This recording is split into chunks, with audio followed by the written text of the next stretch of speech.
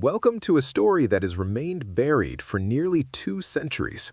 A story of love, rebellion, and a choice that defied the very laws of society. Before we begin, pause for a moment and think about where you are right now and the time at which you are hearing this. Across states, across cities, across generations, this tale has echoed quietly, like a whisper carried on the wind, a story that refuses to be forgotten. The year was 1847. In the rolling fields of Wilkes County, Georgia, the Caldwell plantation stood as a monument to wealth and prestige. Its white columns gleamed under the southern sun, its wide porches a symbol of comfort and order. From the outside, everything seemed perfect, but appearances can be deceiving. Behind those pristine walls, hidden in the shadow of magnolia trees and sprawling cotton fields, a series of secrets was taking shape, secrets that would shatter the illusions of privilege and challenge the very foundations of Southern society. At the center of this storm were two young women, twin sisters, identical in every visible way, yet driven by desires and convictions their world could never tolerate. Elizabeth and Catherine Caldwell had reached the age of 22, an age by which society expected them to marry, bear children, and uphold their family name without question. But the twins were restless. They were intelligent, spirited, and guided by a sense of morality that would not bend to tradition. And then there were the men, Samuel and Elijah, two enslaved men who were more than the property they were forced to be. Educated in secret, intelligent, and courageous, they would become the focus of the twins' hearts, the catalysts of a plan so daring it would leave an entire community in shock. What followed in the months to come would not be a story of quiet courtship or the subtle negotiations of social propriety. It would be a tale of defiance, of rebellion against an entire system. A story where love crossed lines that the world insisted could never be crossed, and where the cost of following one's conscience was nothing less than everything the twins had ever known. Tonight, we step back into 1847 Georgia, into the halls of the Caldwell plantation, into a world where wealth and power dictated every choice except the ones that Elizabeth and Catherine were about to make. A choice that would echo through history, a choice that would leave whispers of courage, forbidden love, and moral awakening that survive even to this day. To understand the story of Elizabeth and Catherine Caldwell, we must first understand the world into which they were born. The year was 1825, and the Caldwell family held one of the largest and most prosperous plantations in Wilkes County, Georgia. At the heart of this estate was Thomas Caldwell, a man of considerable wealth, ambition, and influence.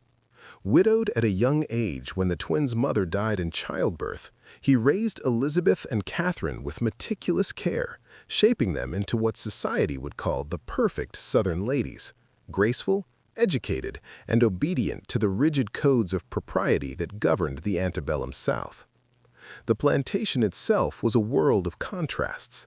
The grand mansion, with its sweeping porches and white columns, spoke of comfort, refinement, and power. Beyond it lay fields of cotton, tilled by 70 enslaved men and women whose labor sustained the Caldwell's fortune. The enslaved were bound not only by chains, but by laws that denied them knowledge, autonomy, and even the basic right to read. They were property, yet human lives quietly yearning for freedom. Among these enslaved individuals were two men who would become central to the story, Samuel and Elijah. Both had been purchased from a struggling plantation in South Carolina and brought to Georgia in 1842. Unlike most enslaved people, they possessed a rare gift, literacy. Taught in secret by their previous owners' children, they could read, write, and think in ways that the Caldwell household was not prepared to tolerate. This hidden knowledge made them dangerous, or at least it would have had the world known. The twins, meanwhile, lived lives of privilege but not of certainty. Elizabeth and Catherine were bright, inquisitive, and unusually aware of the constraints placed upon them.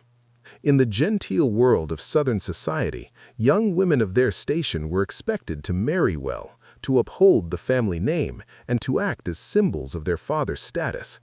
They were beautiful, poised, and obedient on the surface, but beneath the silk dresses and carefully arranged curls, a curiosity and moral consciousness stirred, ready to confront the injustices around them. It was a world defined by rules, laws, customs, and unspoken hierarchies, but the seeds of rebellion were already taking root. When Catherine discovered Samuel secretly reading a newspaper in the stables one chilly autumn evening of 1846, it was not an act of defiance that alarmed her. It was the realization that knowledge and intellect existed in someone the world had declared property. Elizabeth, observing Elijah in the gardens, felt a similar stir of recognition. These encounters would ignite connections that transcended the boundaries of class, race, and law. Connections that would soon challenge everything the Caldwell family represented. In this context, the grandeur of the mansion, the toil of the fields, the rigid social codes, and the rare spark of forbidden intellect, the story of the Caldwell twins begins. It is a story where love would collide with oppression, where courage would confront fear, and where the choices of four individuals would alter the course of their lives forever. It began with a secret, quiet and unremarkable at first, but one that would grow into a bond so powerful it defied every expectation of the world around them. Catherine Caldwell, wandering the stables late one evening in the autumn of 1846, stumbled upon Samuel, one of the enslaved men, reading a discarded newspaper by the flickering light of an oil lamp. In that moment, she saw something she had never been allowed to see in a person like him: intellect, curiosity, and humanity. Instead of alerting her father or the overseer, Catherine's curiosity drew her closer. She began to meet Samuel in secret, conversations stretching into the night, first about small things, the weather, the farm, the mundane details of the day, and then about larger matters, philosophy, morality, and the nature of freedom. In her diary, discovered over a century later, Catherine would write of her astonishment. "I have been blind to the world around me, blind to the lives of those deemed less than human. Samuel has opened my eyes, and I cannot close them again." Elizabeth, too, found herself drawn to Elijah, whose work in the gardens brought him into brief but meaningful proximity to the main house. Their meetings were quieter, more subtle, yet equally transformative. Conversations blossomed into understanding, understanding into admiration, and admiration into love. A love forbidden by the laws, customs, and conscience of 1840s Georgia. What made the relationships extraordinary and dangerous was not only their illicit nature, but the coordination between the twins themselves. Coded letters, secret notes, and cryptic diary entries reveal a pattern. The sisters were aware of each other's bonds and supported them. Elizabeth and Catherine were no longer just individuals testing boundaries. They were collaborators, conspirators, and accomplices in a plan that would ultimately demand unimaginable courage. The winter of 1846-1847 was harsh, unusually cold for Georgia, isolating the plantation and compounding the sense of secrecy. Roads became treacherous, supplies scarce, and the cotton fields were damaged by frost. Yet in this isolation, the bonds between the twins and the men deepened. Letters found decades later reveal arrangements for secret meetings under the cover of darkness, references to the new moon as their ally, and whispered plans to evade detection. Meanwhile, their father, Thomas Caldwell, remained unaware of the full extent of what was unfolding. He noticed moods, Elizabeth melancholic, Catherine feverishly animated, but interpreted them as seasonal or emotional quirks, never suspecting the storm brewing behind closed doors. To him, life continued with order and expectation, yet beneath his roof, lines of loyalty, love, and conscience were quietly being redrawn. This was no simple infatuation. It was an awakening, a recognition of humanity where society had imposed subjugation.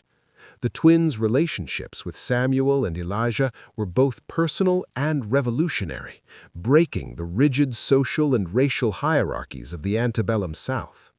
In a world where a single misstep could bring punishment, disgrace, or worse, the sisters were daring to feel, to act, and ultimately to plan a course that would upend the lives of everyone around them. And so, beneath the polished floors and shining columns of the Caldwell mansion, a quiet rebellion was taking root, a rebellion born of love, intellect, and conscience, destined to erupt into a decision that would change history. By early 1847, the quiet defiance that had begun in secret was on the verge of erupting. The Caldwell twins, Elizabeth and Catherine, were no longer merely meeting their chosen companions in stolen moments. They were orchestrating a plan that, if discovered, would upend everything. Their love, once private, had become a dangerous force, challenging the authority of their father, the law, and the social order itself. Thomas Caldwell, preoccupied with the plantation's operations and unaware of the true depth of his daughter's attachments, had begun making arrangements he believed would secure their futures. Marriages to the sons of neighboring plantation owners, carefully selected to maintain the family's wealth and social standing. The announcement came one evening at dinner, formal and deliberate. Catherine's diary captures her reaction. "Beneath my smile, my heart turned to stone." Elizabeth's feelings, though unrecorded, mirrored her sister's, resistance simmering just beneath the surface of composed faces. The tension between obligation and desire reached a breaking point on March 15, 1847. In the days that followed, the twins put their plan into motion. Elizabeth deliberately set a small fire in one of the storage buildings near the slave quarters, creating confusion and distraction. It was a calculated act, intended to mislead and delay discovery. That fire, though quickly contained, masked a more significant truth. Elizabeth, Catherine, Samuel, and Elijah were about to vanish from the plantation forever. The morning after the fire, the overseer, James Whitaker, discovered the chaos. Initial reports suggested the enslaved men had escaped and, in an unimaginable act, abducted the Caldwell daughters. Rewards were offered, search parties were organized, and Wilkes County was thrown into one of its largest manhunts. Thomas Caldwell, devastated and enraged, became a shadow of the man he had been, consumed by grief, anger, and the fear of scandal. What no one knew, and would remain hidden for decades, was that the twins had acted voluntarily. They had chosen love over privilege, freedom over security, and conscience over compliance. Their departure was meticulously planned, months of saving, secret meetings, coded messages, and careful observation of patrols and schedules. It was a bold gamble, a defiance of laws, societal expectations, and the rigid hierarchy of the antebellum South. Letters, diaries, and later oral testimonies reveal the intricate logistics of their escape. They traveled under cover of darkness, avoiding roads patrolled by local authorities. Supplies were hidden in wagons, identities carefully concealed, and every step measured against the risk of capture. Each night brought uncertainty, every encounter with strangers a potential threat. And yet, the bonds between the sisters and their chosen partners only strengthened under this pressure. Love became courage, and courage became survival. This was the turning point. The Caldwell twins were no longer passive participants in the confines of their world. They had seized control of their destiny.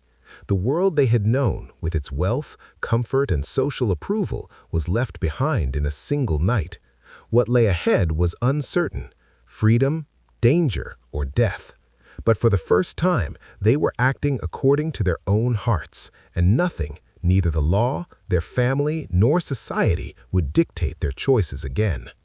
In that moment of calculated rebellion, the stage was set for a journey that would carry them from the cotton fields of Georgia to the streets of Philadelphia and Boston, to lives rebuilt from courage, intellect, and love.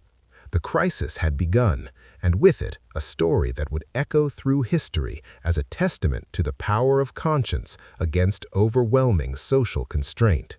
The night of March 17, 1847 was the moment everything changed.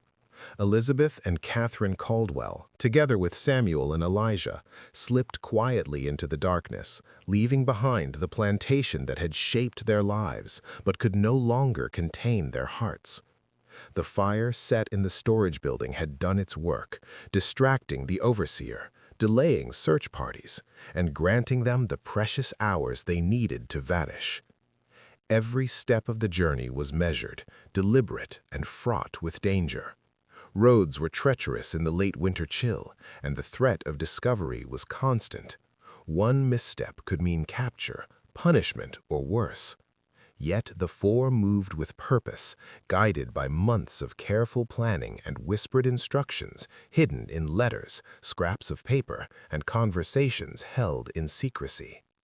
Samuel's journal, discovered more than a century later, paints a vivid picture of the escape. On April 2nd, he recorded a moment that could have ended everything. A patrol stopped the wagon where they hid beneath sacks of grain. Elizabeth, though terrified, spoke with unwavering confidence, claiming they were visiting relatives in a neighboring county. Her voice never faltered, even as Catherine trembled beside her. Hours passed in tense silence before the patrol finally moved on. Each narrow escape strengthened their resolve. Each danger reminded them of what they had left behind and what they were risking for the future. The journey north was a 6-week ordeal of concealment and courage. They traveled by night, rested in hidden safe houses during the day, and relied on a network of sympathetic individuals who risked their own safety to guide them. From the back roads of Georgia to the towns of South Carolina and beyond, each mile brought them closer to freedom. Yet the shadow of slavery and the threat of capture loomed over every step. Their escape was more than a physical journey. It was an emotional and moral transformation. Catherine wrote in her diary of the mix of fear and exhilaration, of grief for the lives left behind, and of the strange exhilaration that comes with defying a world built on oppression. Elizabeth and Catherine were no longer daughters of a plantation. They were women asserting control over their lives, making decisions that society had deemed impossible, and embracing love across the barriers of race, class, and law. By late March, the group reached Philadelphia, a city where the color of their skin and the legality of their past still carried dangers, but where freedom was at least possible. Samuel and Catherine settled there, integrating into a supportive community of free blacks and abolitionists. Elizabeth and Elijah moved further north to Boston, finding work, building a household, and carving out a life that just months before would have been unimaginable. The sisters' journey north also meant leaving behind the familiar and facing the unknown.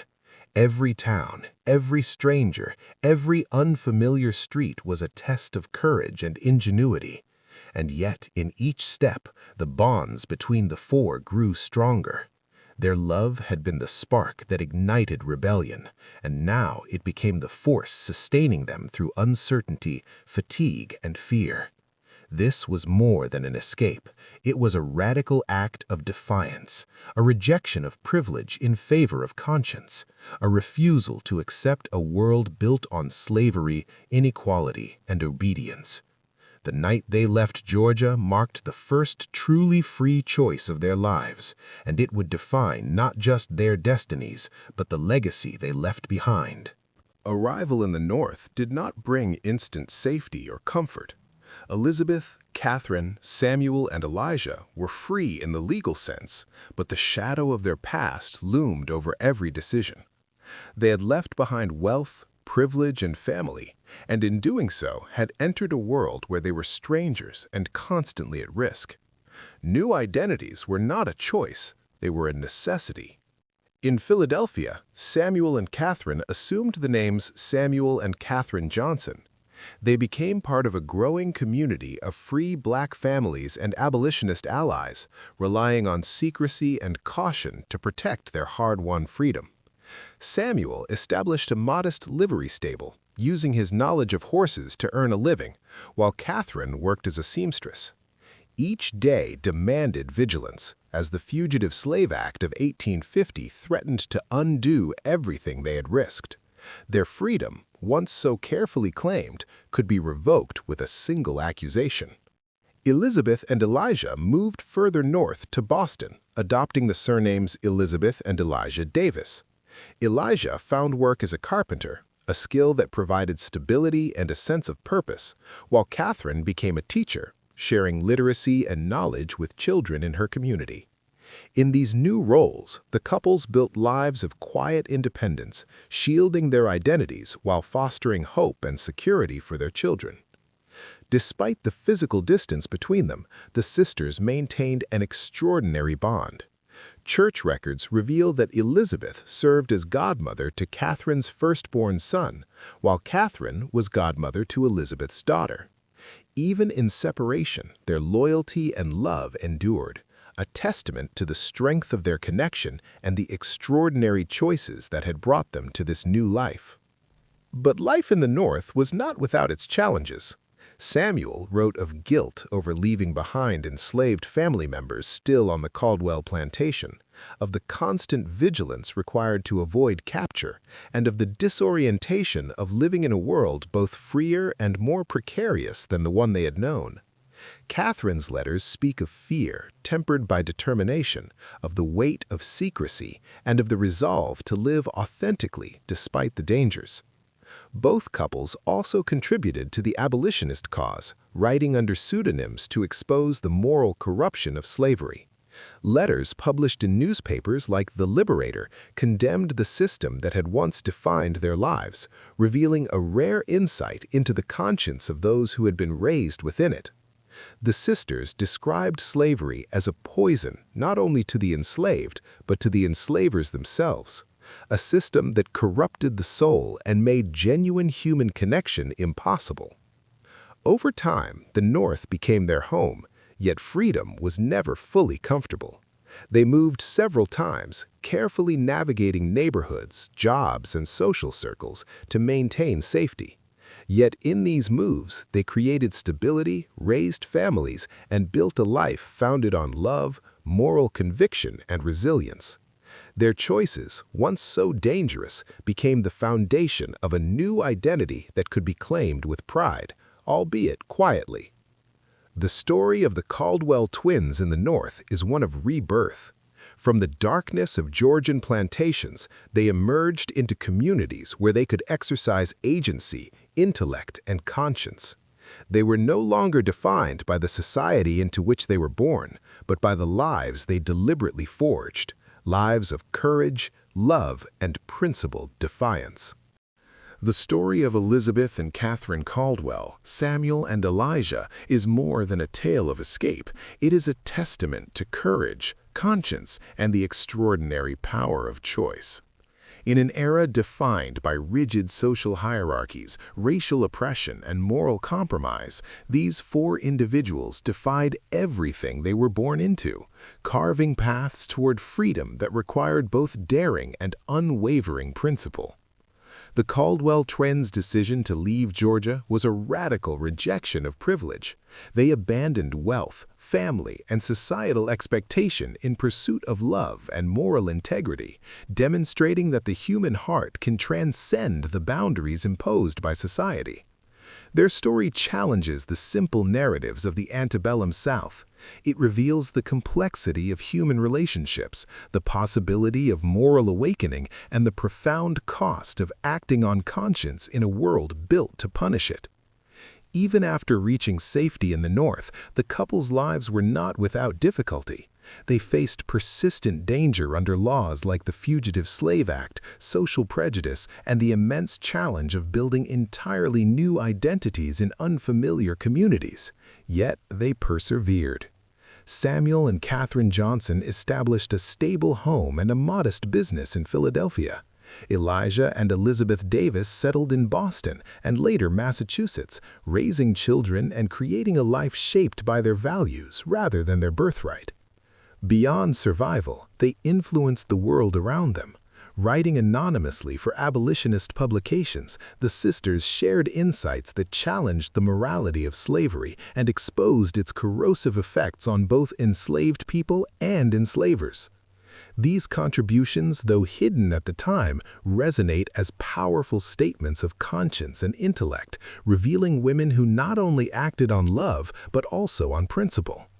The legacy of the Caldwell twins lives on in their descendants, scattered across the United States. While many remain unaware of their ancestry, those who do know recognize the courage, sacrifice, and moral clarity that defined their forebears.